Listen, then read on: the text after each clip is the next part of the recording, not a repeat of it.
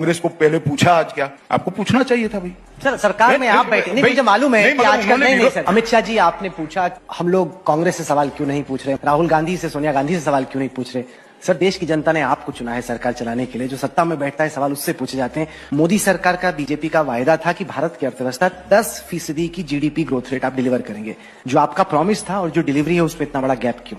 Private investment की जो दर है वो 16 साल के अपने न्यूनतम पे है। आप एक्सपोर्ट्स को देखिए वो डिक्लाइन कर रहे हैं। कोई भी ऐसा आंकड़ा नहीं जिसमें लग रहा है कि इस सरकार में इकोनॉमी बहुत तेजी से ग्रो कर रही है। आप डंके की चोट पे पहले कहा करते थे, आपकी पार्टी का हर प्रवक्ता कहा करता था कि दुनिया की सबसे तेज रफ्तार से विकास करने वाली अर्थव्यवस्था भारत है। आज की तारीख में इजिप्ट, फिलीपींस, यहां तक कि बांग्लादेश हमसे तेज रफ्तार से ग्रो कर रहा है सर। देखिए राहुल जी, आप कुरेज कर सारी बातें पूछेंगे। जो समस्या है बेरोजगारी की फॉर एग्जांपल, वो तो अभी लोगों को सामना करना पड़ा, क्योंकि वो जो नया डेटा आया वो तो कहता है कि 45 साल में जो अनएम्प्लॉयमेंट है वो अपने मैक्सिमम पर है इस वक्त। ऐसा है, आप थोड़े सवाल बचाकर रखो। ऐसा क्यों होता है सर कि जिन लोगों के खिलाफ इन्वेस्टिगेशन हो रहा है वो लोग हैं जो कि बीजेपी के विरोध में खड़े हैं? महिलाओं के खिलाफ अपराध की घटनाएं हो रही हैं कि जहां पर सब कुछ स्पष्ट हो वहां पर एक महिला को बार बार उसी बलात्कार का सामना न करना पड़े। आप मुझे इतने सवाल पूछ रहे हो भाई, कांग्रेस को क्या चाल चरित्र चेहरे की जरूरत नहीं है? आप कांग्रेस पार्टी को क्यों इतना सॉफ्ट हो जाती है आपकी चैनल? मेरी तो समझ में नहीं। पूरे दिन में कभी भी एक भी सवाल नहीं पूछा, फिर आपके सवाल की लिस्ट में वो आएंगे ही नहीं। कहीं पर भी सवाल नहीं, बता दो, चलो